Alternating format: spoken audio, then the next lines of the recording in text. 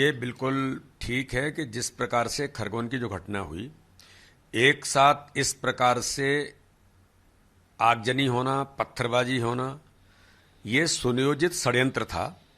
और इसमें कहीं न कहीं मैंने पहले भी उल्लेख किया था कि इसमें कई प्रकार की ताकतें इन्वॉल्व हैं, पीएफआई से लेकर के और भी ऐसे जो ऑर्गेनाइजेशन हैं जो इस प्रकार की अस्थिरता लाना चाहते हैं, उनके द्वारा भी इनको संरक्षण, इनका संवर्धन और इनको हर प्रकार की फंडिंग करने का भी प्रयास हुआ है। ये वास्तव में बड़ी जांच का विषय है।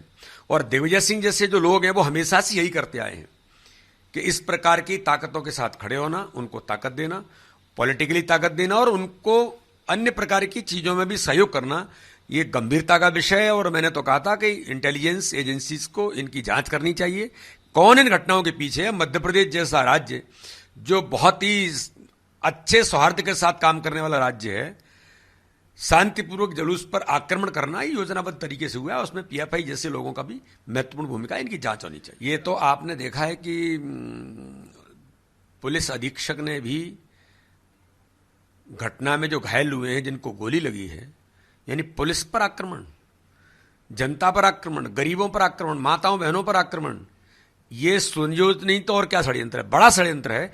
इसलिए इसमें इस प्रकार के जो लोग हैं, मैं ऐसा मानता हूं कि इनकी जो महत्वपूर्ण भूमिका है और इस प्रकार के लोगों को किसी भी हालत में न बचना चाहिए, लेकिन इसकी जांच बहुत गंभीरता से हो। ये मैं इस पर बहुत गंभीरता से इस बात को कह रहा हूं। देखिए, शोभा यात्राएं तो निकलेंगी, कोई भी समाज ऐसा नहीं है जो इस प्रकार की चीजों को शांतिपूर्वक तरीके से लोग करते हैं, लेकिन योजनाबद्ध तरीके से काम करने वाले जो लोग हैं, जो ऐसे तत्व हैं, इन तत्वों को पहचानना, उनके खिलाफ कड़ी से कड़ी कार्रवाई करना और इन पर पैनी नजर रखना। और दिग्विजय सिंह जैसे लोग जो इनको प्रवोक करते हैं, इनको समर्थन करते हैं, इस प्रकार की ताकतों को बढ़ावा देते हैं, ऐसे लोगों पर भी कड़ाई से हमें जो प्रयास करने की जरूरत है। और कांग्रेस इसमें महत्वपूर्ण भूमिका निभाती है। कांग्रेस हमेशा से ऐसी ताकतों को, चाहे वो सॉफ्ट नक्सलिज्म हो, चाहे इस प्रकार के आतंक की घटना करने वाले लोगों को प्रमोट करने का काम इन्होंने किया है।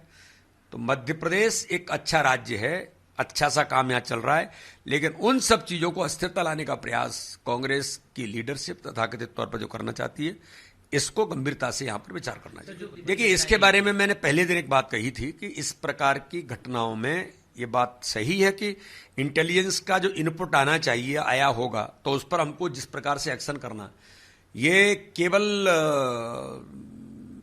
लोगों के अनुरूप हमें देखने की जरूरत नहीं है। हमें तो देश, अपने प्रदेश की सुरक्षा की दृष्टि से क्या जरूरत है, कहां में कड़ाई करने की जरूरत थी और ये इतने दिनों तक पनपता कैसे रहा।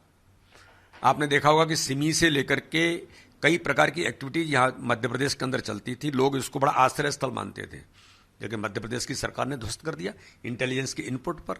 अब ये पीएफआई जैसे लोग इंट्रोड्यूस हुए हैं। आपको ध्यान में होगा जम्मू कश्मीर के अंदर पत्थरबाजी करने वाले लोग इस भोपाल के अंदर भी पाए गए थे। यहां से जो पढ़ने वाले छात्र थे वो जम्मू कश्मीर में पत्थरबाजी करते हुए पाए गए थे। यानी ये नेटवर्किंग है। इसलिए इस प्रकार के लोगों पर पैनी नजर रखना जरूरी है। और प्रशासनिक दृष्टि से मैंने बहुत स्पष्ट कहा था पहले दिन, अगर इस प्रकार के प्रशासनिक फेल्योर भी कुछ है, कुछ लोगों ने लापरवाही की है, तो उनके खिलाफ भी कार्रवाई होनी चाहिए।